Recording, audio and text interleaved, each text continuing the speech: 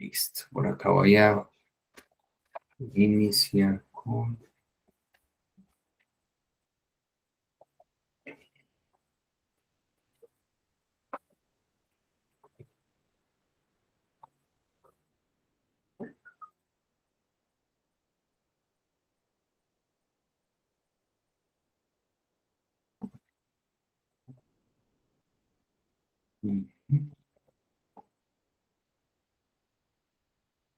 Listo, bien, por acá.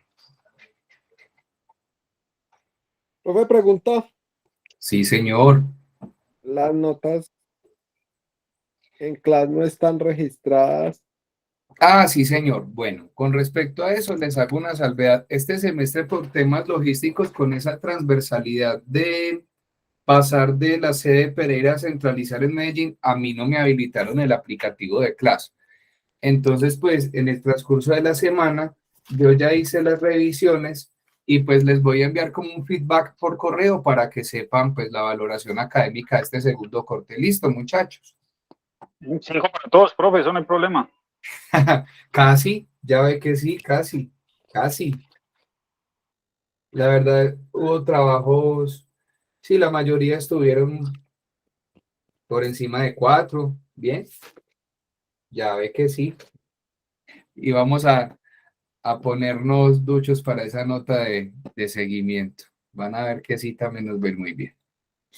Bueno, por acá me indican por favor en el momento que evidencien pantalla, si son tan amables.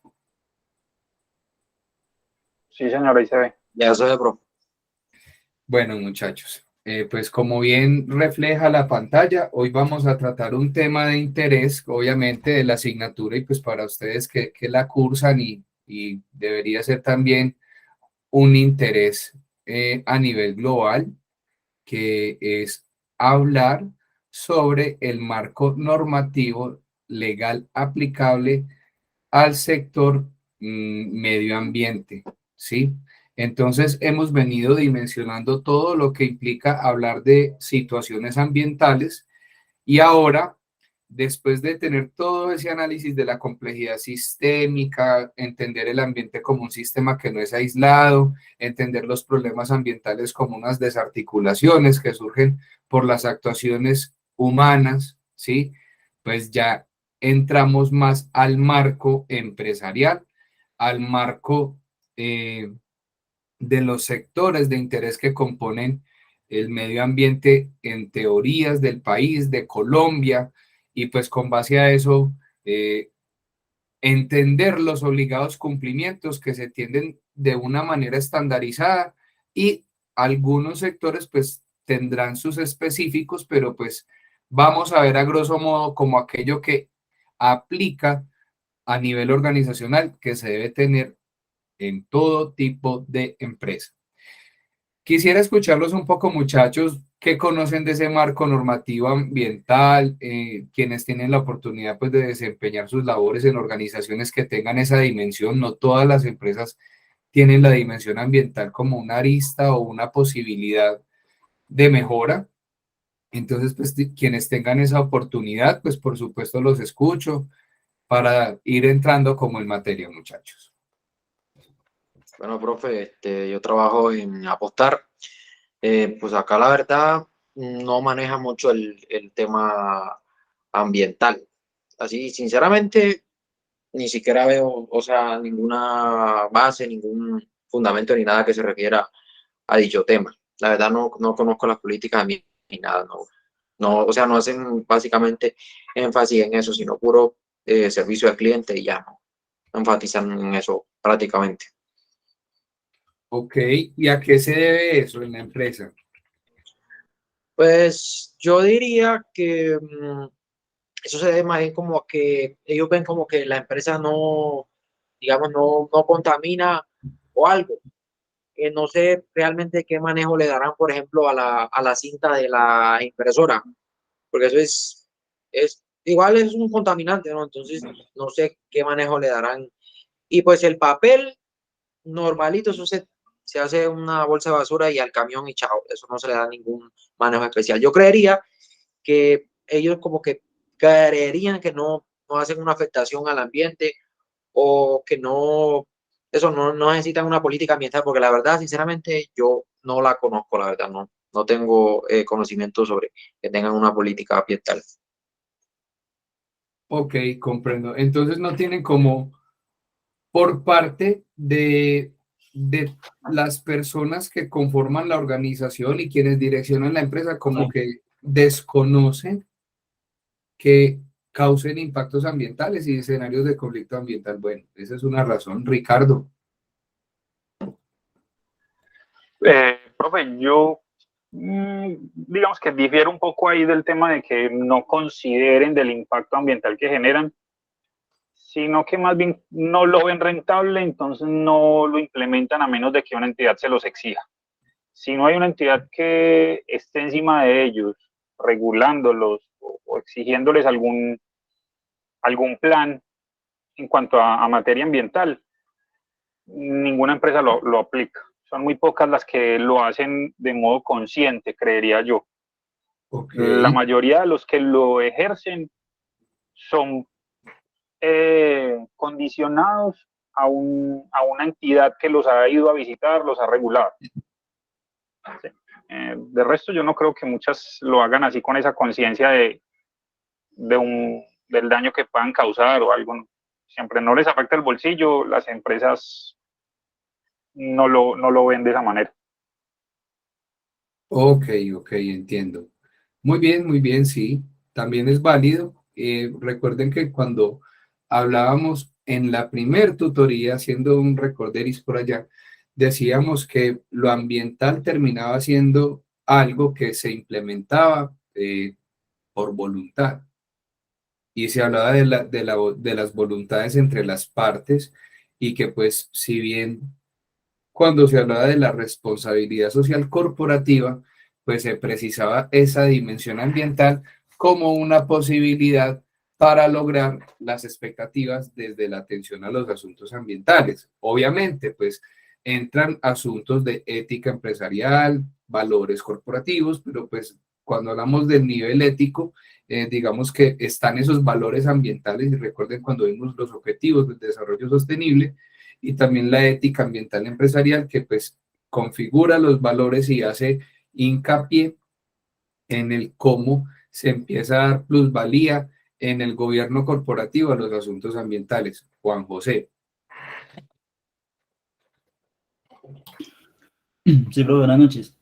Bueno, pues como tal en la empresa, pues como tal el marco, pues no lo conozco. Pero sí he podido evidenciar que, pues, la empresa que yo trabajo es una ensambladora de televisores, ¿cierto?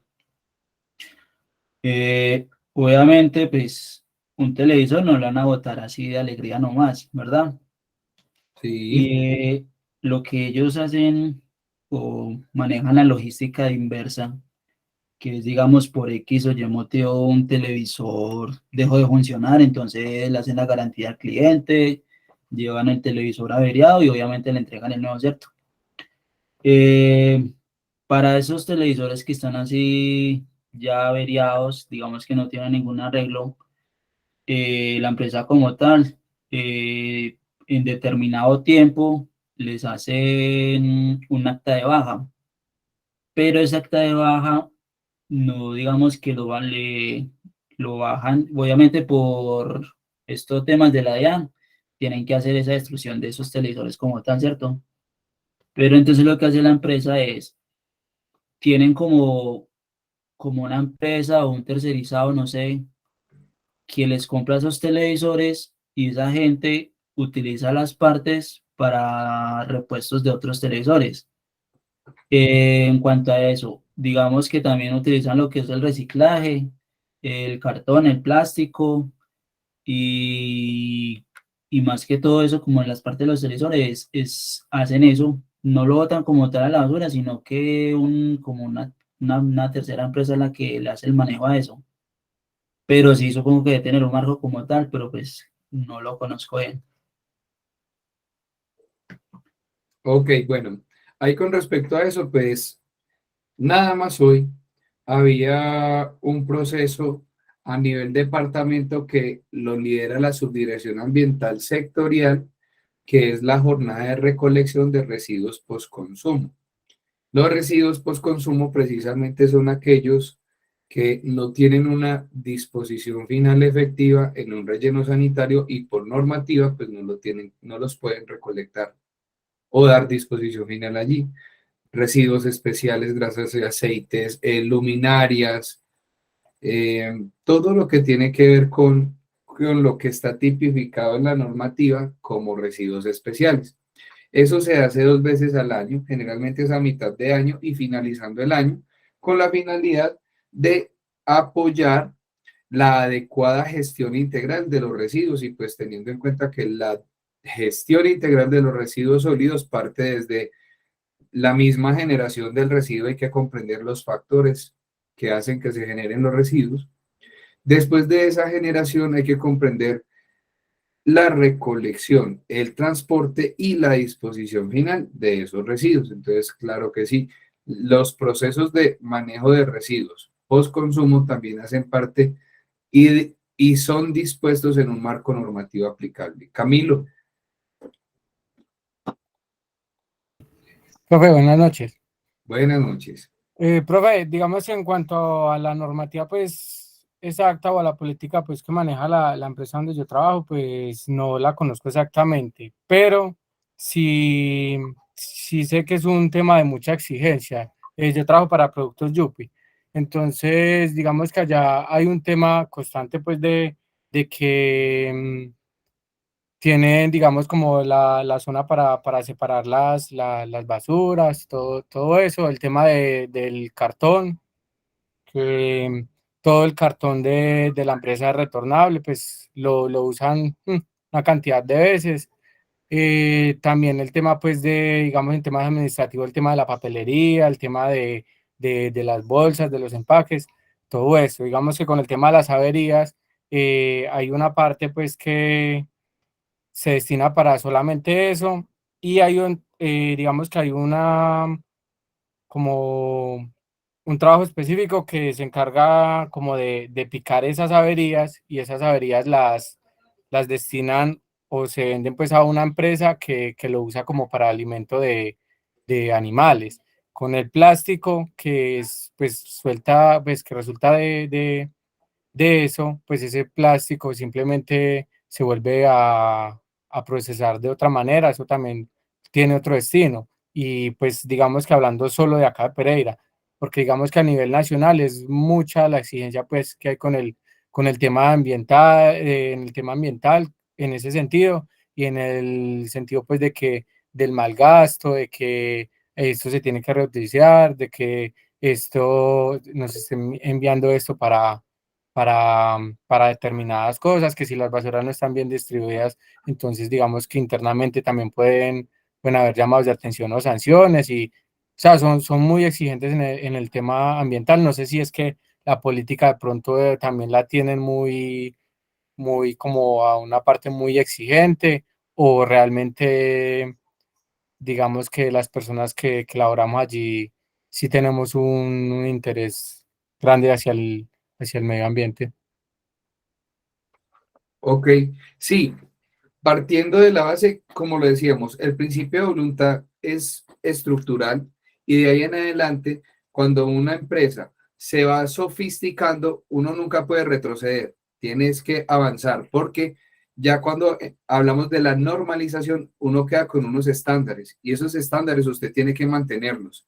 Y la desmejora de esos estándares precisamente son castigados, porque más que cuando usted se sistematiza, cuando es un proceso integrado de gestión a través de sistemas, usted ya queda con unos indicadores y esos indicadores usted los tiene que mantener para tener un concepto conforme. De lo contrario, perdería el concepto. Entonces, cada vez más los estándares terminan siendo más efectivos y más altos. Herbert, Profe, buenas noches. buenas noches. Pues con respecto ahí también, digamos que al tema, en la empresa donde yo laboro, pues también digamos que son muy exigentes en cuanto a eso también. Digamos que a la separación de todos los residuos, al reciclaje, digamos que todo está señalizado pues ahí a todas las canecas por colores, donde debe ir cada una, la separación, todo está muy bien estructurado ahí y hay un manejo muy, digamos que muy, por decirlo así, intensivo con la cuestión de de la documentación que se imprime.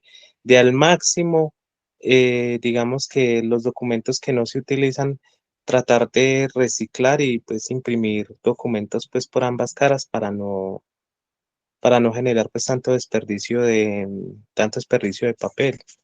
Y ya ahora digamos que con la implementación que se está dando, digamos que con la facturación electrónica también pues como que se está implementando mucho para reducir, digamos que todo esto ya se está concientizando mucho, digamos que a los vendedores, porque nosotros trabajamos con los contratistas que nos venden el gas, ya ellos están trabajando, están empezando a trabajar por medio de un aplicativo y digamos que ya generar las facturas directamente al cliente a su número o sea, a la persona para, digamos que también evitar mucho la cuestión de los papelitos y eso. Ujú.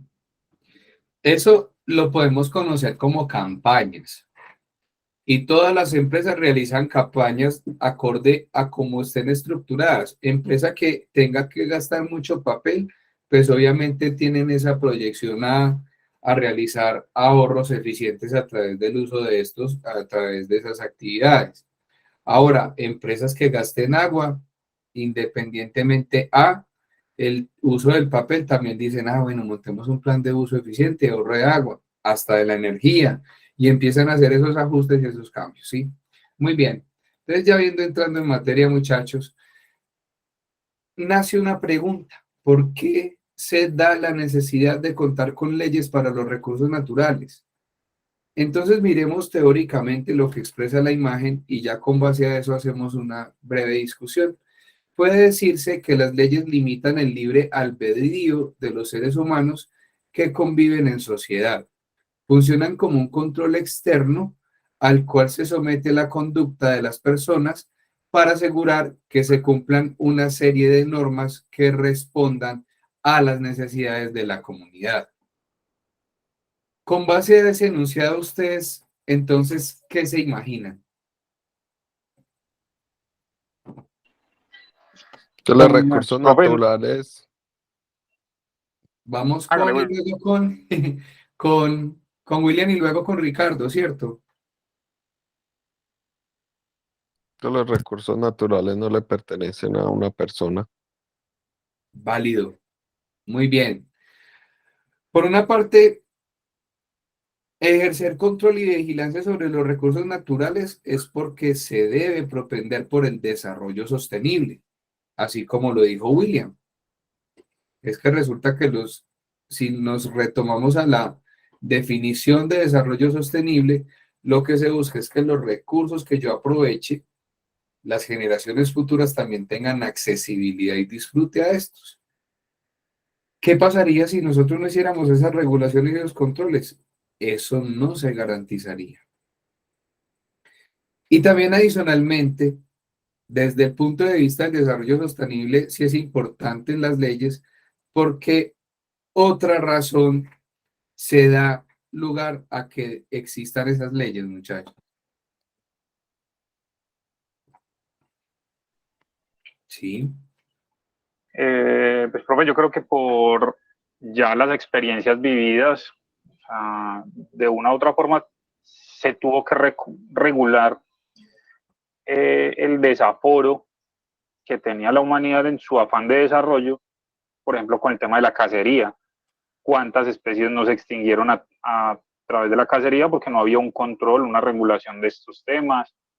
La tala de árboles, o sea, siempre hemos hecho un uso y abuso de los recursos que tenemos cuando los encontramos, sin medir las consecuencias a futuro. Entonces, pues esas leyes se crean precisamente para eso, para empezar a hacer como un control, una regulación de que se puedan usar, pero con medida, de no agotar o ir a extralimitarnos en el uso de esos recursos que se tienen. Profe, yo pienso que digamos que las leyes se implementan así, digamos que tan, puede ser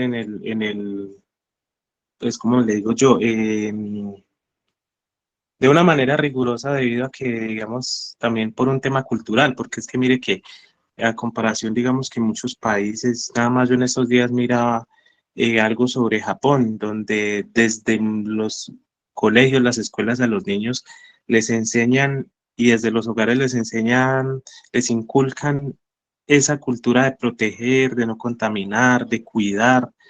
Son temas netamente culturales, pero entonces allá también digamos que existen leyes como muy severas para quien las incumplan.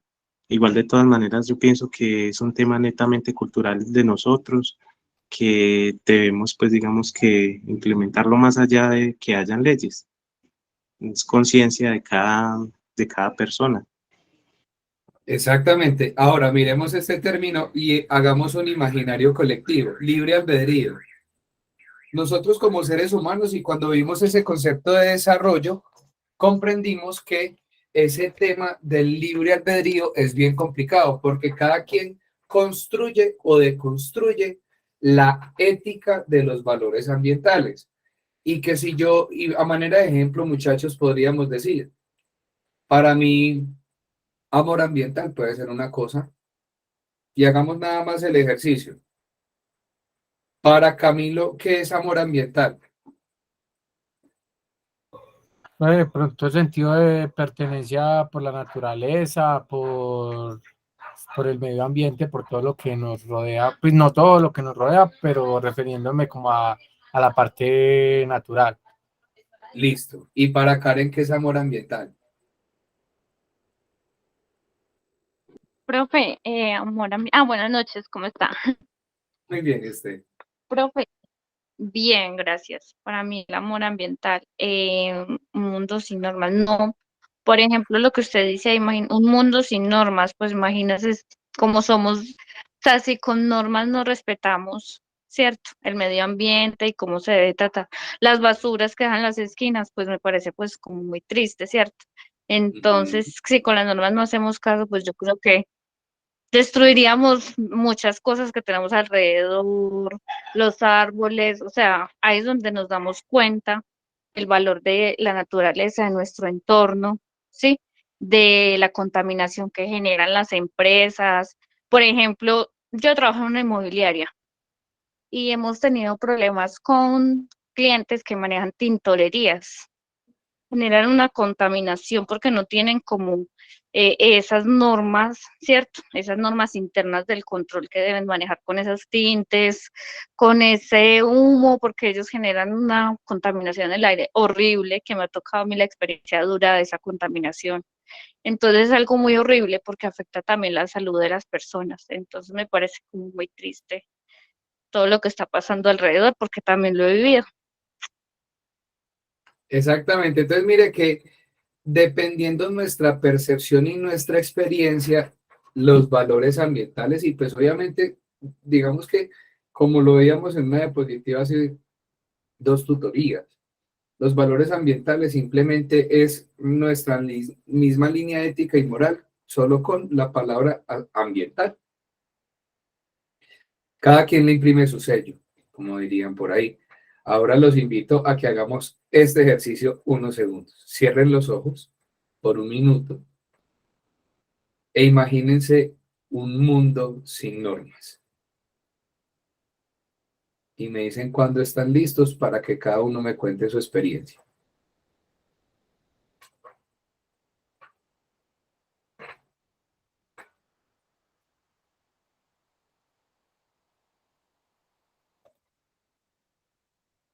Ricardo. No, pero es que yo la verdad no es ni necesario cerrar los ojos para uno imaginarse el caos en el que viviríamos, o sea, la anarquía, sí, como lo decía Karen hace un momento, si con normas es difícil de que tengamos una sana convivencia a nivel social, ahora sin una regulación hacia lo natural, como les decía hace un momento, años atrás, ¿cuántas especies no fueron extintas en el mundo por la cacería desmedida, porque no había un control, porque simplemente pensaban de que así como había de mar, había de ballenas. Llevamos algunas especies a la extinción. Aves como el dodo, o sea, muchas especies que no pudimos conocer por falta de regulación, por falta de conocimiento, por falta de amor propio, porque yo creo que esa destrucción hacia la naturaleza es falta también de amor propio. Sino no querernos a nosotros mismos porque estamos dañando nuestro propio entorno, estamos dañando donde vivimos, de donde comemos. Entonces, pues, sin reglas, caos total. Jaime, Bueno, profe, como lo dijo el compañero, yo creería que un mundo sin normas sería, sí, un caos, un desorden, anarquía, pero yo creería que ya eso dependería también de, digamos que de los valores inculcados en la casa, de la educación, porque de pronto puede que no haya una norma, pero de pronto si usted está claro que matar es malo, así a usted no le vaya a pasar nada con que mate a una persona, pero usted, hey, esto está mal. Entonces, yo creería que en sí no habría una norma, pero cada quien estaría, digamos que basándose o regulado por su propia ética o su propia moral, diría yo en mi caso. ok, muy bien. Ahora, Yo pienso diferente.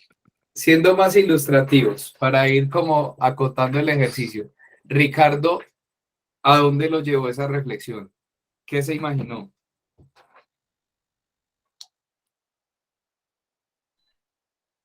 ¿Cómo, profe? Perdón, me repite. ¿A dónde lo llevó la situación? Ilustrativamente hablando, ¿no? Ese caos, ¿dónde lo No, vivió? no, yo diría, o sea, desolación total, mundo Pero, desértico, exacto, en un desierto. exacto, todo Ricardo desértico, no se hay fue nada por un más. desierto. Listo.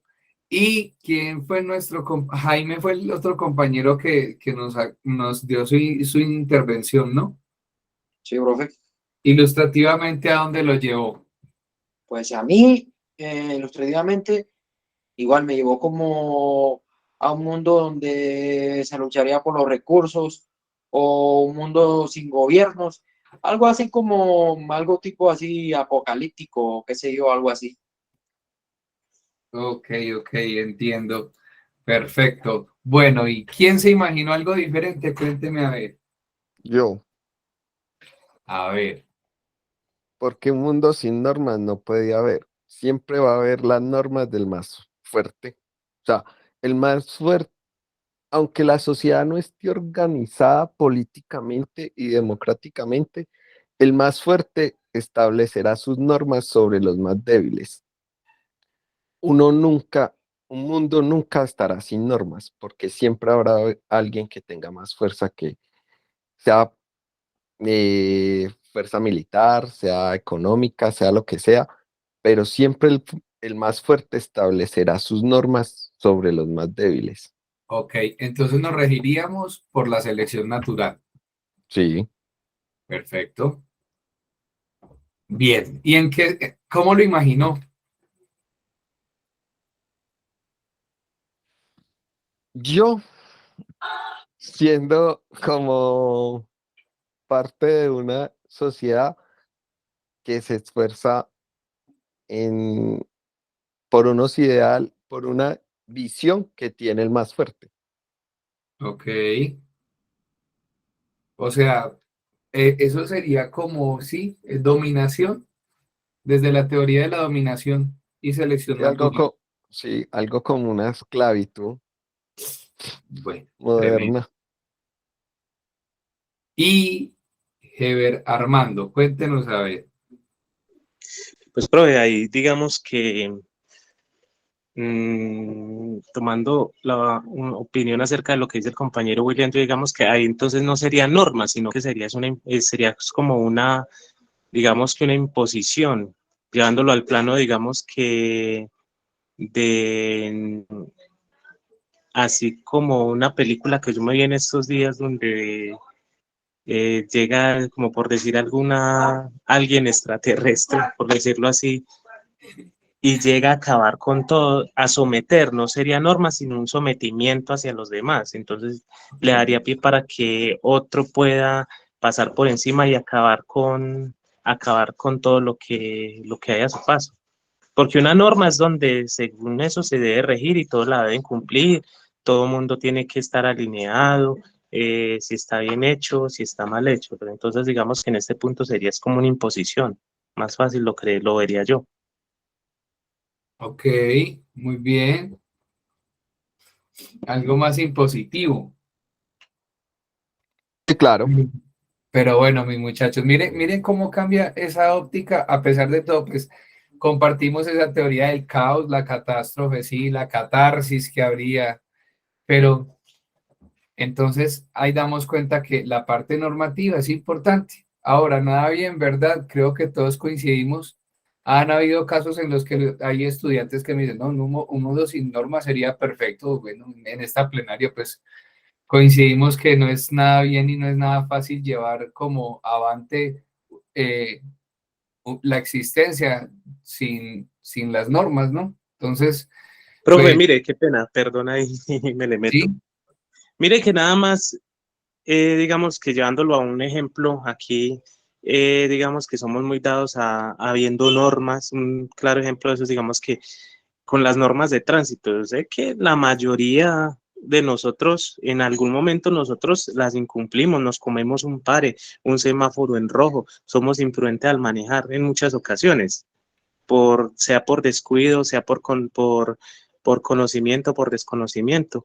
Mire que en ocasiones uno, digamos que comete cierto tipo de infracciones, entonces, rigiéndonos por normas, no las cumplimos, entonces ahora imagínese uno cómo sería sin una normativa, sin algo que nos rija. sí. Y partiendo de algo que se supone que es básico, como el tránsito y el transporte, hay cosas más complejas. Ahora, y miremos de extramuros a extramuros, ya que estamos viendo este contexto global. En Colombia, tener 7 mujeres, ¿qué tal? Qué cosa tan horrible. Y eso son normativas de carácter ambiental, porque responden a un modelo sociocultural. Pero vayámonos para Pero la parte de la India. más, más religiosas que de otra cosa. Sí, No, no es capaz uno de mantener una, por Dios bendito, ahora 7. es idiosincrasia, precisamente. Y mire cómo empiezan a inferir ciertas institucionalidades para determinar el actuar de una cultura. Que a eso quería llegar, muchachos, a nivel global, a nivel mundial, pues la principal institución encargada del manejo ambiental será la ONU, la Organización de las Naciones Unidas. ¿Quién tiene un programa de las Naciones Unidas para tratar el medio ambiente? Que es el PNUMA, PNUMA. Ahora, ¿qué funciones tiene esta institución? Establecer lineamientos de carácter ambiental de cumplimiento a nivel global por lo dispuesto con el desarrollo sostenible. Es decir, es la institución que determina las formas como las diferentes entidades territoriales deben actuar en materia de gestión ambiental. Ahora, ¿qué más hacen? Fomentan el régimen jurídico ambiental, es decir, son los encargados de llamar a que a nivel mundial exista un obligado cumplimiento de las normas, realizar convenios de cooperación internacional y por eso los tratados, no solo de libre comercio, hay muchos, entre ellos los ambientales, entre países, promover la aplicación de normas y políticas globales y administrar el Fondo para el Medio Ambiente Mundial, porque a nivel global hay un fondo común para atender asuntos ambientales, promover la educación ambiental y realizar asesorías de gobierno y políticas públicas de carácter científico y técnico para que cada vez se sofistique la red de suministro del conocimiento ambiental. Es decir, que también realizan procesos de transferencia y de apropiación del conocimiento a nivel global de los saberes ambientales. Entonces ya tenemos claridad sobre el papel de la ONU. Ahora, los países están obligados a adherirse a tratados internacionales. Tristemente no, y lo que les decía, dependemos de la voluntad política para que esto suceda, y cada país va a ser libre de adherirse a los tratados, por lo cual se requiere que, pues, además de firmarlos, se tienen que ratificar, reconocer, hacer legítimos en cada país. Y para hacer legítimo ese tratado, pues la Organización de las Naciones Unidas tiene esa inferencia de dar el reconocimiento de las normas ambientales que van a tener que cumplir para dar cabalidad y llevar a cabo esos tratados. A nivel mundial hay un tratado que, pues, con el gobierno actual de Colombia, por fin se pudo firmar y es un acuerdo. ¿Quién tiene conocimiento de ese acuerdo ambiental que existía a nivel global, pero que en Colombia por plenarias de gobierno nunca se había podido aprobar? Y apenas en este gobierno se pudo aprobar. El tratado de Escazú El acuerdo de Escazú. Muy bien, William. ¿Y de qué trata ese acuerdo? tiene que ver con la información y las políticas ambientales del país, y como la participación de toda la ciudadanía en, en temas ambientales. Y no solo eso, aparte que obliga a adoptar instrumentos y herramientas de gestión para la educación ambiental, también tiene un acápite específico de protección y veeduría hacia los líderes sociales ambientales del territorio, que es lo más importante. Entonces, pues en una historia de violencia como lo ha tenido nuestro país, poder a través de un tratado o de un acuerdo determinar justicia y que se diga la verdad de una manera reparadora para promover la paz total, es un mecanismo para poder avanzar y que de alguna manera se elimine la barrera social o brecha social, como lo dicen algunos autores, del desplazamiento forzado a razón de los conflictos de uso de suelo en los territorios. Y pues con ello, la emancipación o eliminación de la existencia de nuestros líderes sociales ambientales. Esa es una de la gran importancia que tiene ese acuerdo de Escazú. Gracias, William, por la ilustración. Ahora, muchachos, ¿qué busca en términos ambientales las normas? Y si lo pensamos a nivel país, se busca planificar y ordenar el territorio bajo unas acciones que sean pensadas desde un punto de vista crítico, que me obligue a decir ambientalmente cuáles van a ser las acciones, los lineamientos estratégicos para procurar a conservar nuestro ambiente y no generar afectaciones. A nivel país se cuenta con la Agenda Ambiental Colombia, que es otro mecanismo con el cual las organizaciones y entidades territoriales públicas en especial hacen hincapié como esa estrategia de participación que enfoca la generación de espacios de diálogo, concertación, coordinación intercultural y pues busca planificar el territorio, teniendo una visión compleja de la estructura demográfica que tiene nuestro país. ¿Y por qué hablamos de complejidad demográfica, muchachos? ¿Qué es eso de complejidad demográfica?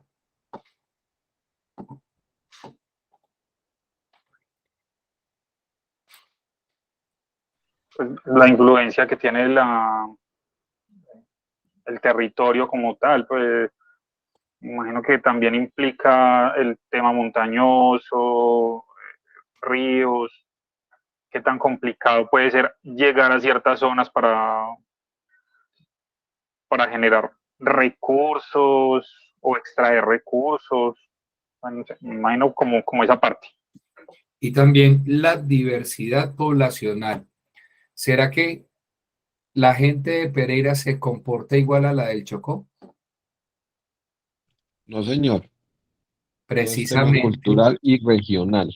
O sea, podemos ser el Exactamente. mismo país, pero hay muchas diferencias de comportamientos, actitudes, creencias, en todos los aspectos. Y a razón de eso, que lo que explica nuestro compañero es algo de identidad, pues obviamente va a transformar las dinámicas de cómo se gestiona el territorio y por tanto las agendas ambientales no pueden ser ajenas a ese contexto. Entonces, cuando estemos haciendo procesos de planeación de ordenamiento territorial, tenemos que interpretar la diversidad poblacional y las características específicas que tiene esa población para que haya una adecuada apropiación de las propuestas que se presenten. De lo contrario, no van a ser bien vistas o no van a ser aceptadas.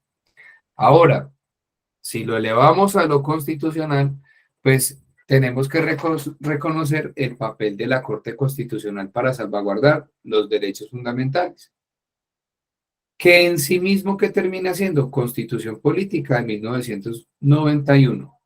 Desde el 86 no se hablaba mucho de la normativa ambiental, de hecho era un territorio sin explorar. Y recuerden que a nivel Colombia, apenas en los años 90 se empiezan a catalogar los asuntos ambientales como un determinante normativo a cumplir, que ya lo vamos a ver, pero un esbozo en los años 90, Constitución del 91, pues nace un derecho fundamental de naturaleza jurídica, de mérito ejecutivo, en el que dice que el derecho al medio ambiente sano y se cataloga como derecho colectivo. Título 2, capítulo 3, artículo 79. No obstante, este derecho no es fundamental, pero sí colectivo. Ha habido una serie de inconvenientes para garantizar su efectiva salvaguarda. ¿Y ustedes por qué creen que eso se da? Siendo un derecho colectivo. Que por la propiedad privada, más que Sí. todo, ¿Y porque por la qué? gente cree que, por ejemplo, ellos son dueños de una finca y por la finca pasa un río y ellos se creen dueños del río. Válido. Esa es una lógica muy común, total. Y también porque a razón de ese ejemplo también me permito dar lugar a los conflictos de intereses. Y cuando veíamos ese análisis de la problemática ambiental a través de los conflictos ambientales y los actores sociales, nos dábamos cuenta que una cosa piensa un cúmulo poblacional y otra cosa piensa el otro. Y que para poder lograr estabilizar la balanza, pues debe haber un proceso de mediación. Pero eso es lo complejo y lo agravante. No todas las veces surge eso. Entonces, constitucionalmente está configurado los asuntos ambientales. Ahora, años 70, existía la ley 23 de 1973, ¿sí? En el que se brindaban unas estrategias de control de medio ambiente y se pensaba en que cuando se hablaba de lo ambiental eran afectaciones a la salud y bienestar. No se hablaba más. En los años 74 nació el decreto 2811, que es el que comienza a regular y a decir, venga, es que no solo es medio ambiente, no solo es salud. Tenemos que hacer un código de los recursos naturales y la protección del medio ambiente. Entonces comenzamos a sofisticar y miren que vuelvo a la misma unidad de medida. Los estándares van subiendo y se va sofisticando el asunto normativo. En los años 79 nace un Código Sanitario Nacional y ese Código Sanitario Nacional empieza a decir, venga, hay unos recursos naturales, pero lo que decía William, los recursos naturales no solo están siendo afectados por la población civil y en sí el mérito público. También hay una empresa privada que nos va a tocar regularla para que cumpla con algunos aspectos ambientales de carácter sanitario.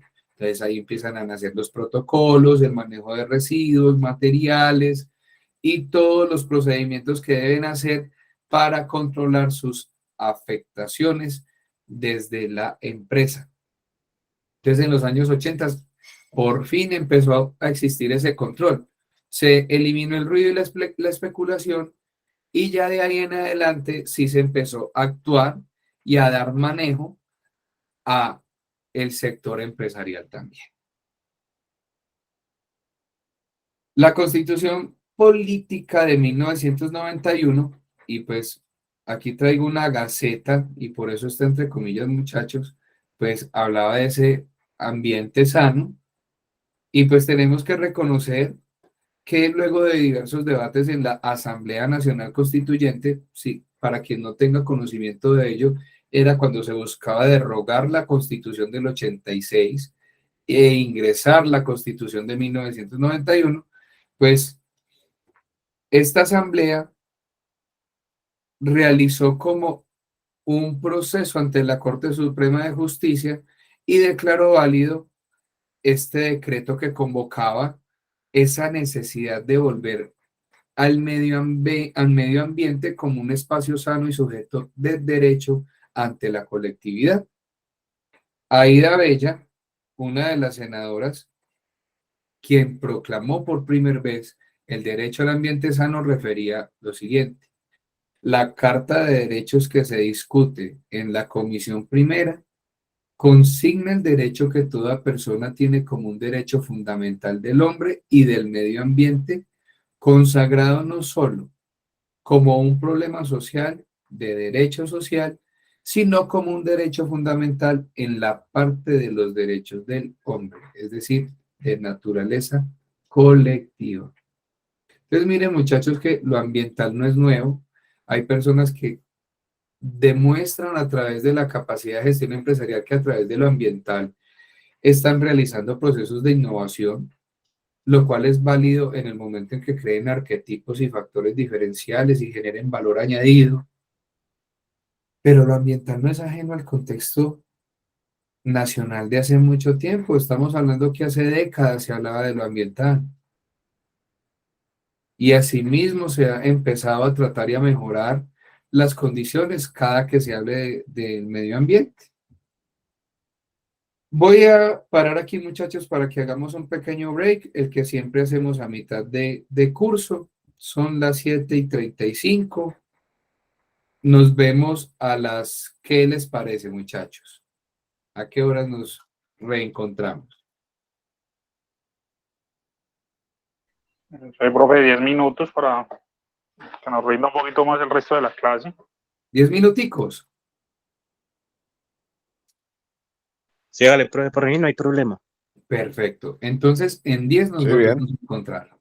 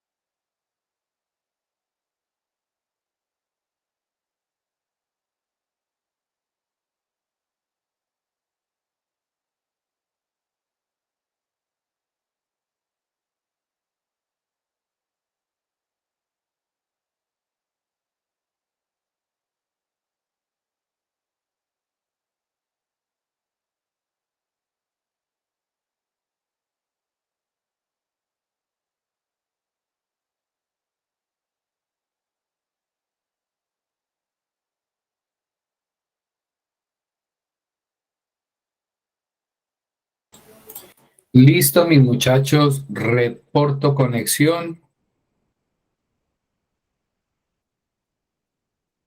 ¿Listo? Muy bien. Voy a aprovechar la llamada al instante antes de que se me olvide para cumplir con los requisitos. Acosta Trujillo, Jaime Rafael.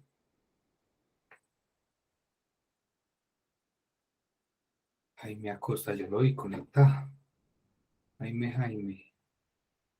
Yo le estaba conectado. Cierto. Andy Calvo, Juan José, Presente. Arboleda, Brandon, Cruz Pareja, José Manuel, esos nunca. Durán Zapata, Karen Alexandra, Presente, profe. Gómez Betancur Camilo, Buenas noches, profe.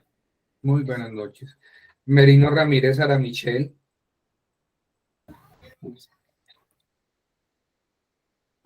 Sara Merino no está con nosotros. Narváez Arenas Edinson Andrés, Páez Salazar Marlon Andrés. Presente, profe, yo estoy escuchando la clase también desde acá del PC de Camilo. Como somos pareja, entonces estamos acá conectados juntos. Bueno, Eso sonó raro. perfecto. No tengo ninguna dificultad con la diversidad sexual en cualquiera de sus presentaciones o manifestaciones. Eso ya en LGBTIQ más X, Y, Z, entonces no hay ningún problema. Serna Ramírez Ricardo Arturo. Sí, señor. Valderrama González William David. Sí, señor. Y Velosa Ever Armando. Presente, profe. Listo, muchachos. Muchísimas gracias. Entonces, bien, muchachos. Aquí justamente retomando asuntos de diversidad, pero no sexual, sino étnica, pues acá, y pues ojalá, muchachos, estas presentaciones ya están en Moodle, queda para ustedes, es para el sumario de sus conocimientos. Aquí les hago una glosa de lo que tiene la Constitución política en términos ambientales. No voy a irme al nivel de detalle de leerles, pero sí quiero que miremos que a nivel país tenemos muchos articulados de los cuales podemos fundamentar todos los instrumentos de gestión empresarial. 1, 2, 3, 4, 5, 6, 7, 8, 9, 10 posibles en términos de la Constitución. No hemos bajado de la Constitución. Y cada artículo que refiere en esta tabla tienen particularidades y singularidades por las cuales ustedes podrían fundamentar, de hecho, las actuaciones y los planes de acción de las empresas. Entonces, para que por favor le peguen una revisadita, ahora, a razón de la pregunta que ven aquí arriba, sí señor, Edinson. Profe, es que mira que cuando se me iba a llamar a lista se me descargó el celular. Pero yo reporté su conexión porque lo vi conectado ahora desde un principio. Ah, No hay listo, profe, ningún muchas problema. gracias. Entonces, muchachos, Colombia es un Estado social de derecho. Sí, señor. Sí. Listo. ¿Y por qué? Cuéntenme a ver.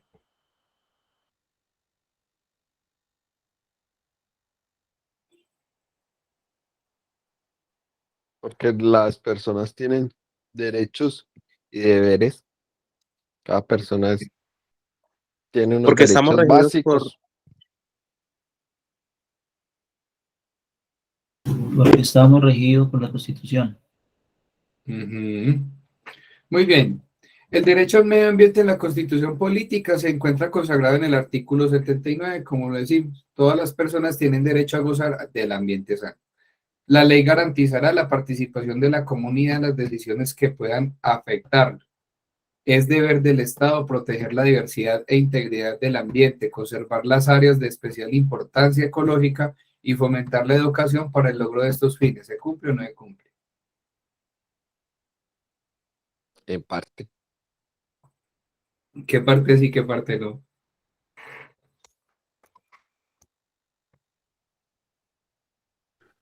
No, es que es muy difícil.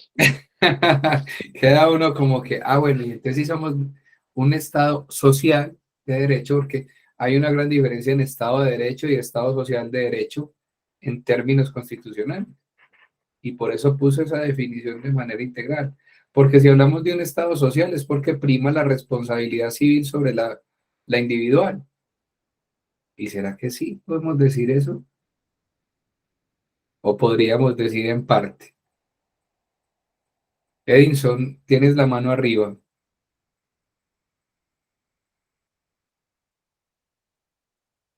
Bueno, veo que se le quedó. Entonces, justamente estas indagaciones las hago para que quede como en el tintero de la reflexión de cada uno, para que ahora se acuesten y mediten con la almohada. Hijo de madre, entonces Colombia es un Estado social de derecho o no. En parte cómo y en parte no. ¿Cómo? Para que de esa misma manera ustedes tienen que generar ese perfil constructivista del término y hacer esas fundamentaciones críticas que son bien importantes. Tratados internacionales firmados por Colombia, muchachos, por supuesto muy importantes que ustedes tengan en cuenta, porque los tratados firmados por los países determinan el rumbo y el horizonte de cómo va a ser ese destino y cómo va a comportarse el orden del territorio y la planeación del territorio. Hay que tener en cuenta que hay un convenio para el cambio climático firmado en 1992 en Brasil. Hay un convenio Viena para la protección de la capa de ozono y está fundamentada en la Ley 30 de 1990. Está la Convención de Basilea, que trata los residuos peligrosos. Y pues después de esta parte, qué pena, después de esta parte, ¿sí? Llegamos a la Ley 99 de 1993, que es la que entra en vigencia y aún tiene funciones de cumplimiento. ¿Qué hace la Ley 99 de 1993? Crea el Ministerio de Medio Ambiente y hace una reestructuración del sector público para tratar la gestión, la preservación, el control y la vigilancia de los recursos naturales. Con esa ley de 1993, logrando ese objetivo, nacen las corporaciones autónomas regionales y también se comienza a institucionalizar el Sistema Nacional Ambiental SINA. Entonces miren que por allá hablamos como de cosas que uno diría que debería conocer porque es constitución, todos deberíamos estar muy apropiados de la constitución política, pero pues digamos que por desconocimiento de causa o por el esquema educativo muy poco nos enseñan de la Constitución en cuanto al derecho. Es muy somero, nos llevan más en las ciencias sociales y algo incluyen, pero considero yo, ¿no? Y otra persona podría tener opiniones distintas, pero como docente y educador, creería yo que se debería hablar de una constitución en todos los niveles de la educación, desde un punto de vista más legal, desde el derecho, desde cómo se ejecuta, cómo se hace cumplir, cómo puedo fundamentar esa constitución.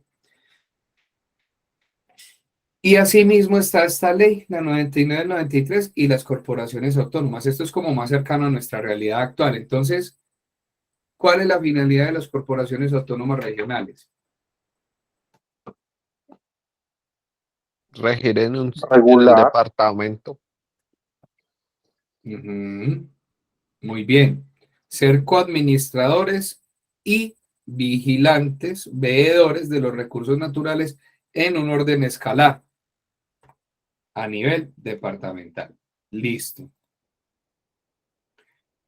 Entonces, ellos precisamente ejercen como máxima autoridad ambiental en su jurisdicción, ejecutan políticas, planes, programas y proyectos ambientales a través de la construcción del tejido social para contribuir al desarrollo sostenible y armónico de la región. Herbert. Pero una pregunta, digamos que en las zonas donde son zonas, digamos, indígenas, resguardos que están establecidos, ¿estas corporaciones también tienen, digamos, que injerencia o también se rigen, digamos, por las mismas leyes de los mismos cabildos o de los mismos resguardos indígenas? Es una pregunta excelente y agradezco que la haya realizado, Herbert. ¿Qué pasa en ese sentido? La jurisdicción de la Corporación Autónoma Regional es total, pero, y hago ese pero con mucho énfasis, como corporaciones autónomas regionales no pueden inferir en los procesos ideológicos y socioculturales de esa zona, ¿sí? Lo que quiere decir que ellos pueden ejercer control, vigilancia, inspeccionar, pero también las actuaciones deben estar en función de las lógicas de la comunidad indígena.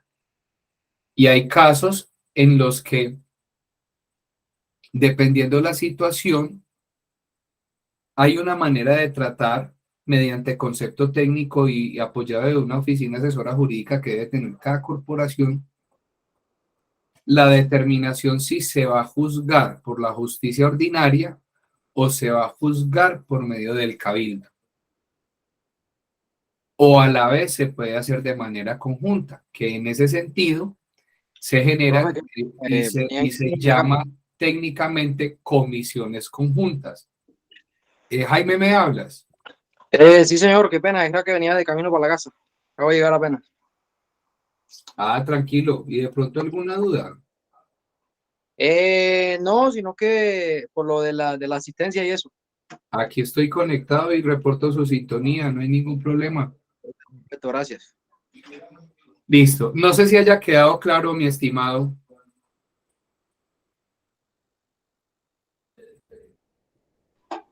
Sí, señor, Sobre... claro que sí. Ok. Listo. Entonces, pues ahí pueden ver al profe en acción.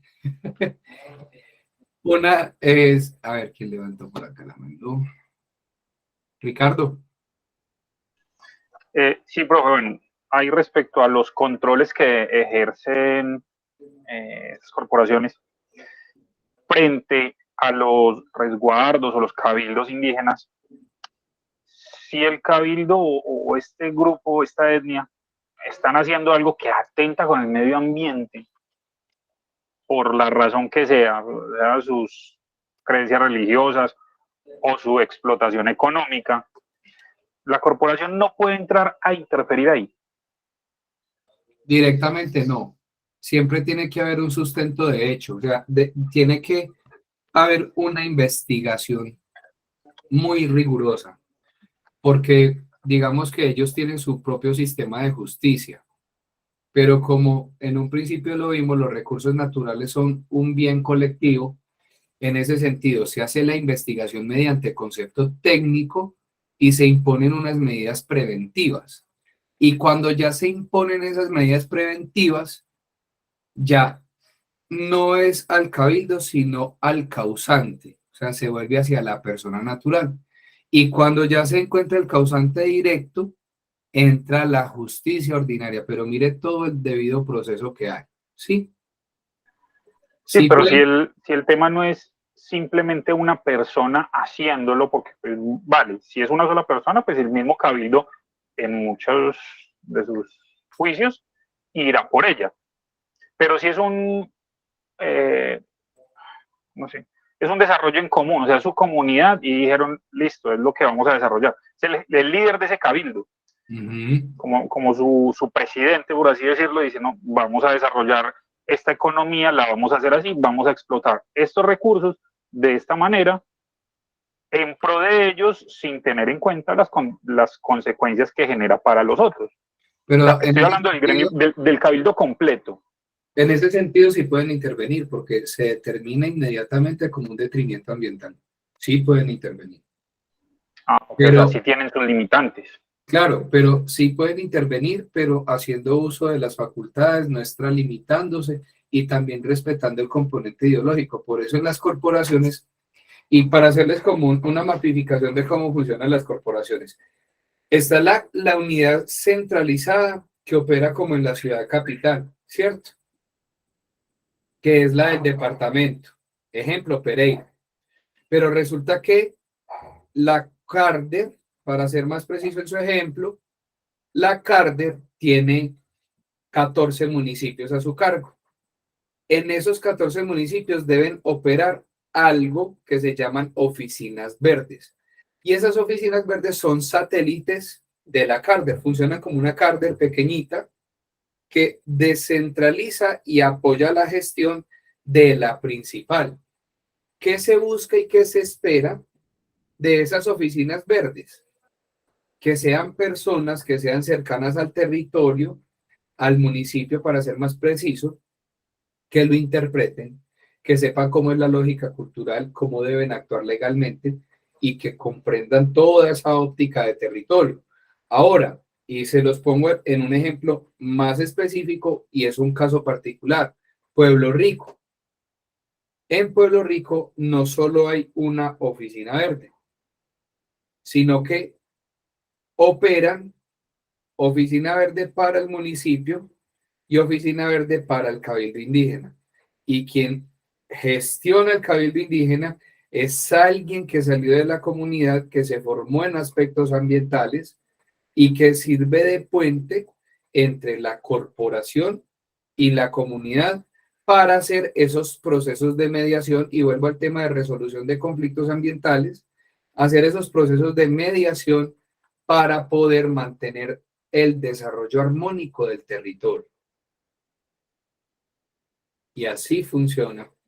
Ahora, ¿qué hace la Corporación Autónoma Regional, mis muchachos? Pues procesos de educación ambiental, por tanto, constantemente realizan capacitación, sensibilización, apoyo interinstitucional, es decir, que agremian instituciones de interés, diferentes actores del holding territorial, ¿sí? De todas las agremiaciones que existan. En esa imagen pueden ver que está Club Rotario, Defensa Civil, Carabineritos, Policía, la Carder como subdirección, la subdirección territorial con procesos de educación ambiental y los consejeros de Cuenca.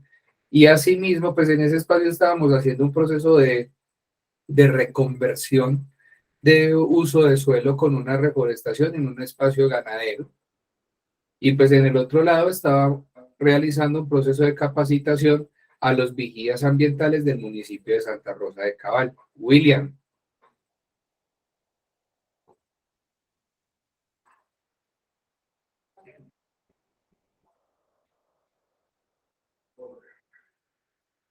William de pronto levantó la mano. Profe, Sí, señor. en Colombia, ¿por qué es tan difícil proteger un área determinada? ¿Y quién se encarga de eso? ¿La Carter o cómo es el proceso? Pues cuando hablas de un área determinada, ¿a qué nos referimos? Un parque natural, una reserva natural, mejor dicho. Ya comprendo la pregunta. Pues mm, como tal, conflictos de intereses. Recordemos que venimos de una situación en la que las instituciones han sido politizadas y han habido procesos de trasteo de terrenos, ¿no? De tierras. Y eso pues obviamente asienta los conflictos de intereses. Pero también esa politización hace que muchos funcionarios quieran inferir la ley, pero al estar politizadas estas instituciones, se hace muy difícil ejercer el verdadero control, porque muchas veces uno le pueden dar ciertas órdenes y pues tristemente tendría que cumplirlas. Ese factor, y creo que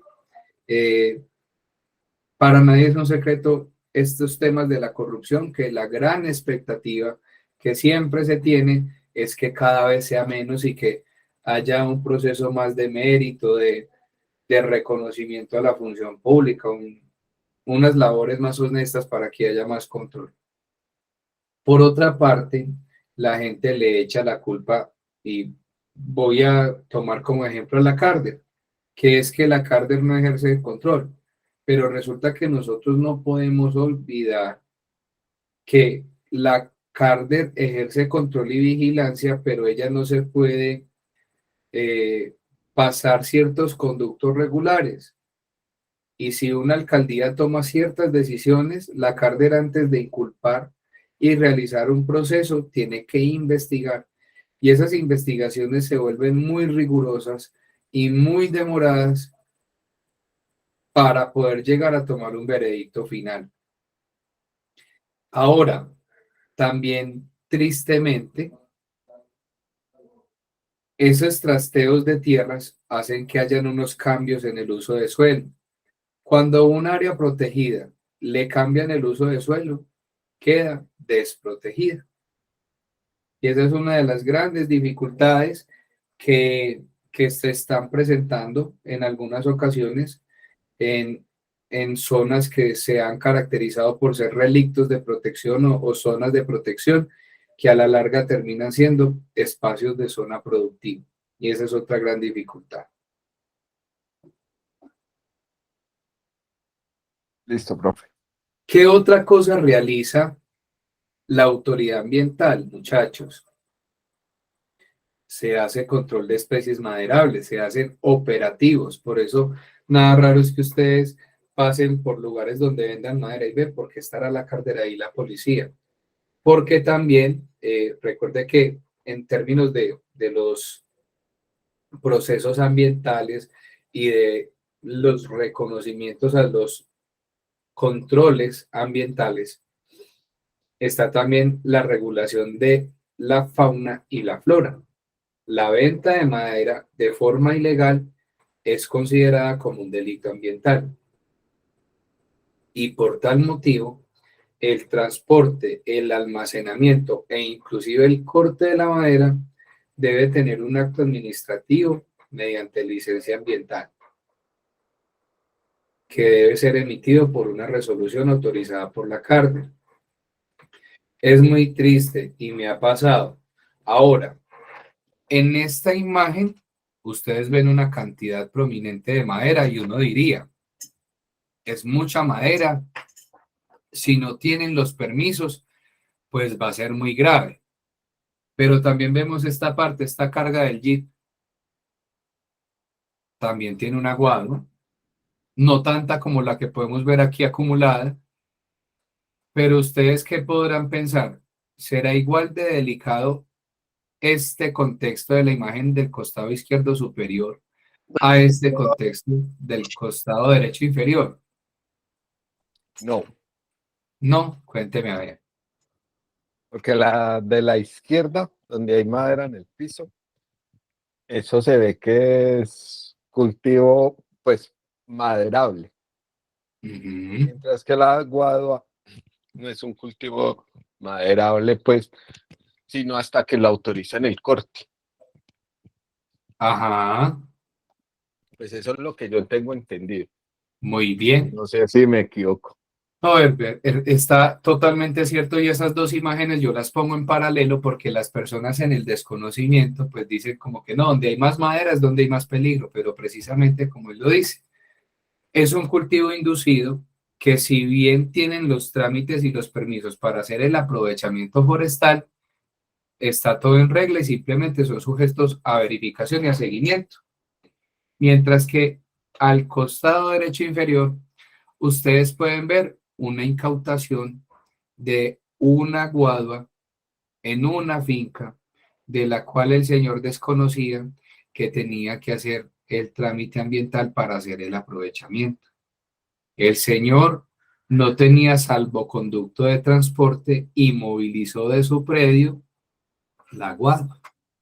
Ahí nace el primer ilícito, porque la norma de manejo silvicultural de la guadua, y me permito ampliar porque sé que muchos tienen familias con finca y todo esto, está el manejo silvicultural de la guadua y la norma dice, usted no puede o no debe, no necesita realizar un trámite de aprovechamiento forestal siempre y cuando garantice el espesor de la guadua, del bosque, del relicto de bosque de guadua, no recorte renuevos solo recorte pues aquellas que ya estén en la etapa de corte y no la puede movilizar ni la puede comercializar. Es decir, tiene que hacer aprovechamiento interno de ese material para mantenimiento de su finca. Por lo contrario, sí debe hacer los respectivos trámites porque se considera un sujeto de comercialización y de aprovechamiento. Herbert. Sí, profe, a ese punto era que yo iba, porque resulta que mi familia, como pues nosotros tenemos una finca allá en zona rural del municipio de Quinchía, Risaralda, y entonces la Carder lo que le dice, digamos, a mis tíos es que ellos pueden cortar las guaduas siempre y cuando pues ya sean guaduas que ya estén en proceso de corte, que ya estén pues en su, ¿cómo se Maduras, dice? Maduras. engordamiento. Exacto, que ellos pueden cortar, digamos, 5 o 6 guaduitas, las pueden utilizar allá para organizar, pues, digamos, que los terrenos, la finca, todo. Y tratando, pues, de siempre de cuidar las que van naciendo, pues, para la cuestión de las cuencas de agua y todo. Pero lo que sí no pueden ellos es colocarse y talar más de 10, 15 guaduas y venderlas. Eso sí, la carrera por allá mucho, está como ejerciendo mucho ese control. Exactamente, así es. Y es con base a lo que les expliqué. Hay una resolución específica, creo que es la de 1616, que implementa los planes de manejo silviculturales más. Resolución. Dame un segundo, yo la corroboro.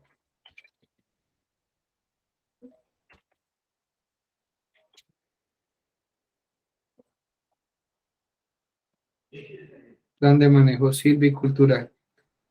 A ver, por acá me sale el decreto 383 del 2018 y la resolución 3158, sí.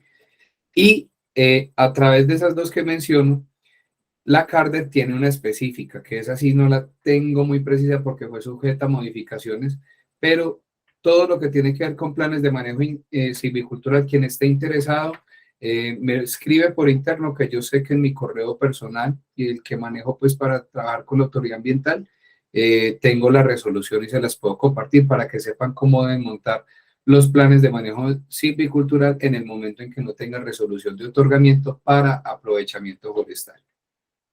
Entonces, ese es otro aspecto.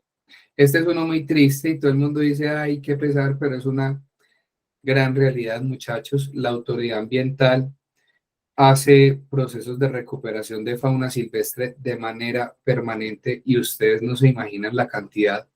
La gente creerá que es muy poco lo que se realiza en ese sentido, pero mis colegas biólogos que trabajan con la autoridad ambiental todos los días, y como les decimos, ellos son la patrulla 24/7 porque andan en una patrulla todos los días, turnos rotativos, domingo a domingo, están haciendo operativos de incautación y recuperación de fauna silvestre. Y ustedes no se imaginan las realidades que uno encuentra.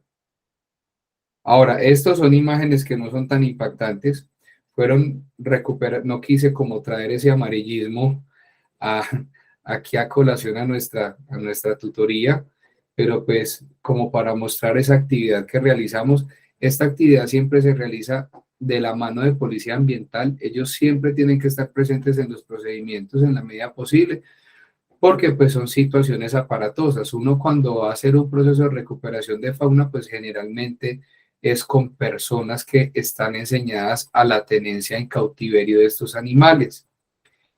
Y valga la aclaración, pues la fauna silvestre es un delito ambiental tenerla en cautiverio. Ahora, muchas personas me preguntan, profe, la lora que yo le enseñé a decir quiere cacao y está hace más de 20 años conmigo, ¿yo la puedo tener? No. En el momento en que alguien ponga la denuncia o un policía ambiental o un funcionario de la cárcel vea ese animalito, le van a solicitar la entrega voluntaria. Y si usted no realiza la entrega voluntaria, pues le imponen medidas preventivas y le realizan una investigación ambiental. Herbert y Ricardo. Profe, digamos que a las personas que les incautan, digamos, así la fauna silvestre, ¿sí han habido condenas por, digamos, por ese tema o llegan a acuerdos con la justicia para no pagar cárcel? Ambos casos aplican. Han habido casos en los que condenan en su totalidad y otros casos en los que la gente se acoge a pagar medidas correctivas. Porque sobre la fauna es muy difícil hacer compensación porque el daño ya está. Ricardo. Profe, respecto a lo que usted decía, por ejemplo, de los que tienen profe? las aves ya en Profe, es que tengo cautiverio. una lorita. Exacto. Pues yo nunca he tenido, a duras penas vine a tener un perro ya hace unos 5 años que lo tengo. Yo nunca había tenido mascotas. Nunca me ha gustado tener aves encerradas. Sí. Pero en esos casos, cuando tienen la lorita, el ave o incluso ardillas, este tipo de animales que son iguanas, pero las tienen hace tanto tiempo en su hábitat, en su casa, que ya liberarlas no es un daño mayor. Ahí es donde empiezan a hacer como la investigación si vale la pena realizar el proceso de adaptación, porque algunas se rehabilitan y otras sí finalmente pues tendrían como esa imposibilidad de adaptación, pero tampoco es que se queden las cosas así y ya. Se le permite tener el animalito a la persona, pero tienen que cumplir con unas obligaciones que le entrega los profesionales especializados en el área de la autoridad ambiental, cumpliendo unos criterios y asimismo garantizando y aceptando visitas periódicas de seguimiento y control.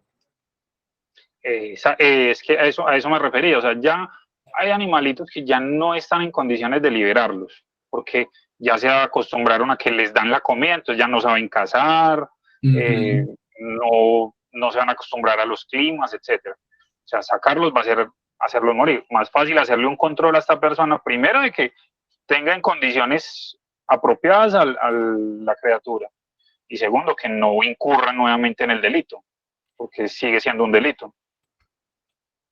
Exactamente. Entonces, digamos que ahí se cede, pero bajo unos criterios. Herbert.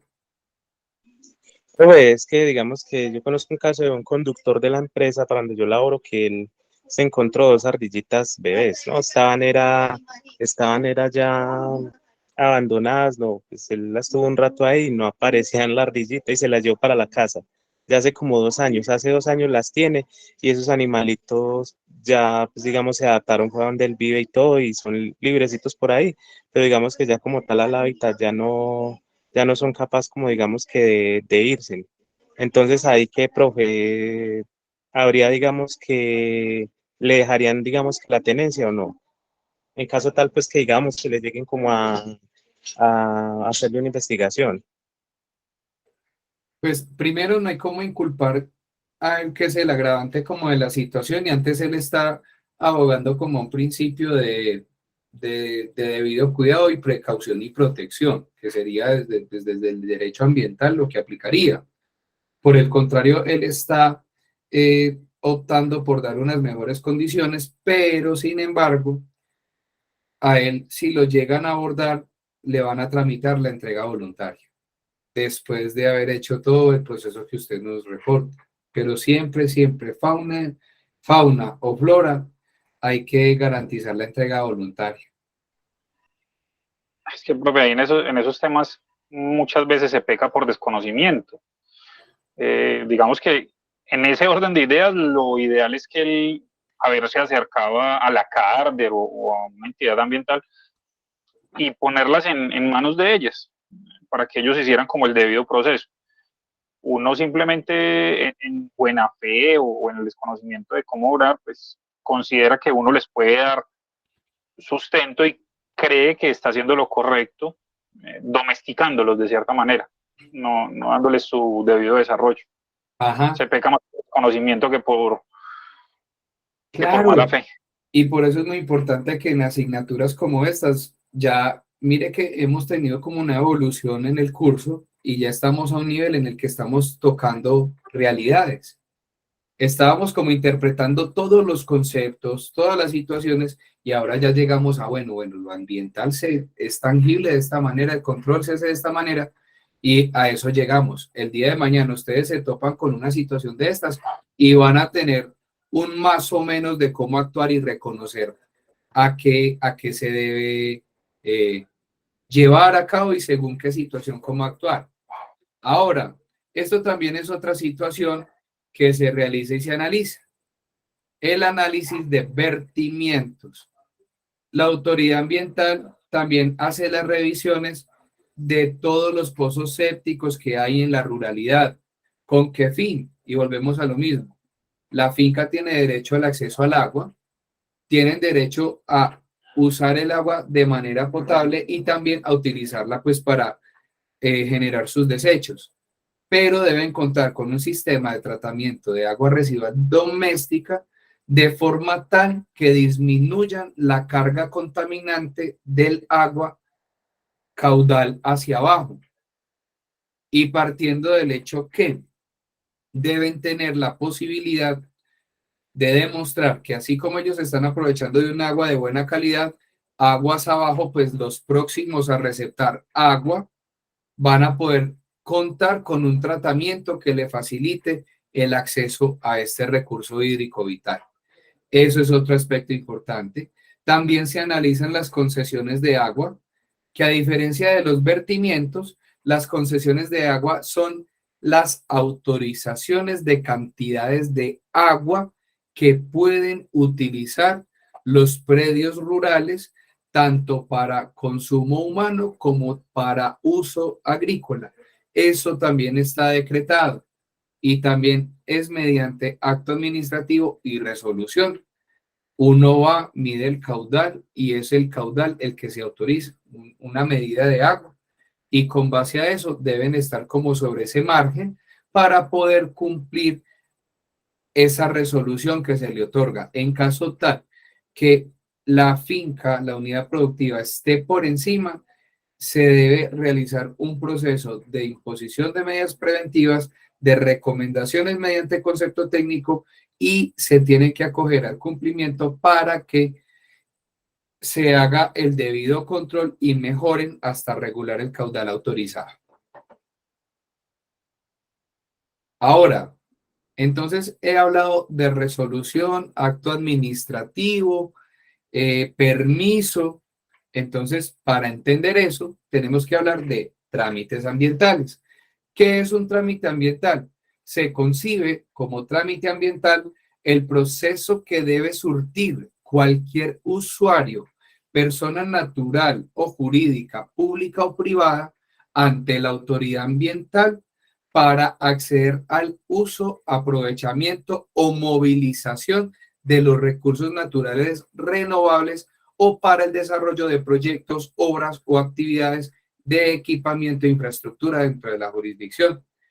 En definición, eso es un trámite ambiental.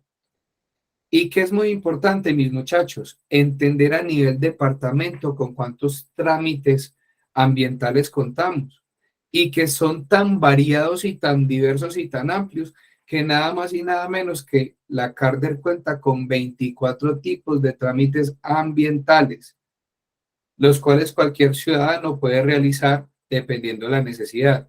¿De qué tipo hay trámites? Agua, bosque o aprovechamiento forestal, aire, transporte, residuos sólidos y las mismas licencias ambientales.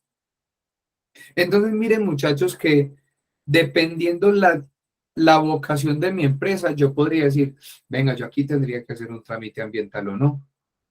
Y que ustedes queden como con esa indagación es muy importante porque ya ustedes generan la duda y la inquietud y pues hacen la pregunta a los expertos que estén encargados de la sostenibilidad ambiental de la empresa y de los asuntos ambientales, pero que ustedes como profesionales tengan conocimiento que hay una normativa ambiental, que hay un marco regulador, que hay un proceso institucional de carácter administrativo por el cual tengo que instrumentalizar mi empresa es fundamental y ojalá nunca se me les olvide.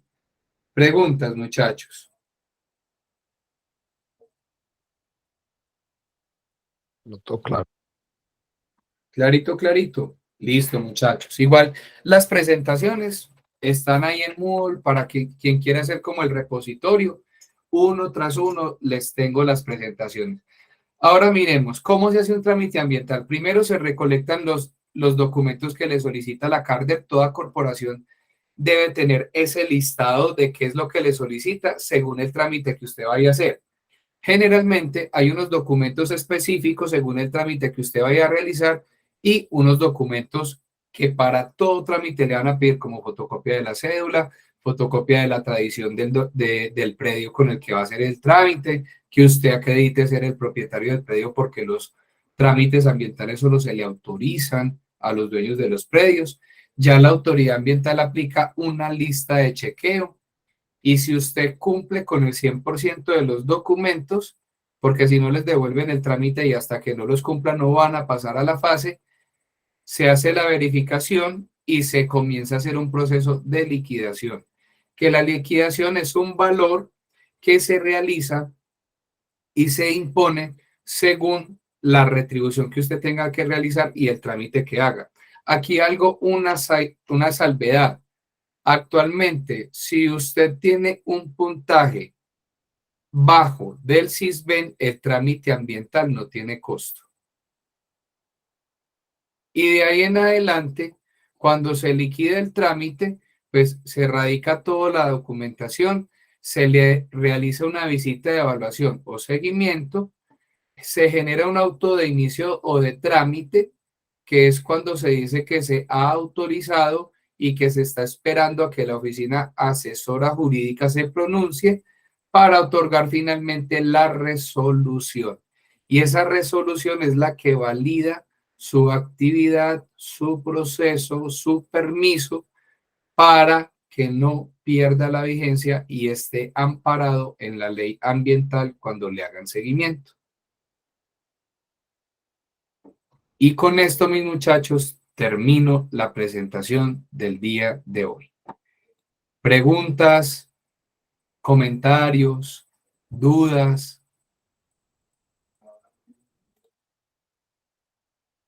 Profe, no, todo muy claro para mí.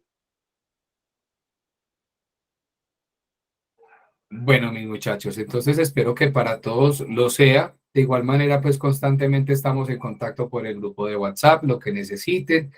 También esta clase va a quedar con el repositorio de grabación y pues la guía de aprendizaje que yo dispongo para impartir este curso y esta clase del día de hoy, ya la encuentran en Moodle. No me quiero despedir sin más que agradecerles por su tiempo, por la disposición a la participación de la cátedra y desearles una feliz noche. Buenas noches, profe. Igualmente, profe, Muchas buenas gracias. Hasta luego. Muchas gracias. Buenas noches. Buenas noches. Hasta Gracias, luego. profe. Feliz noche. Que estén muy bien. Hasta luego, profe, Hasta que esté luego, muy bien. profe. Hasta luego.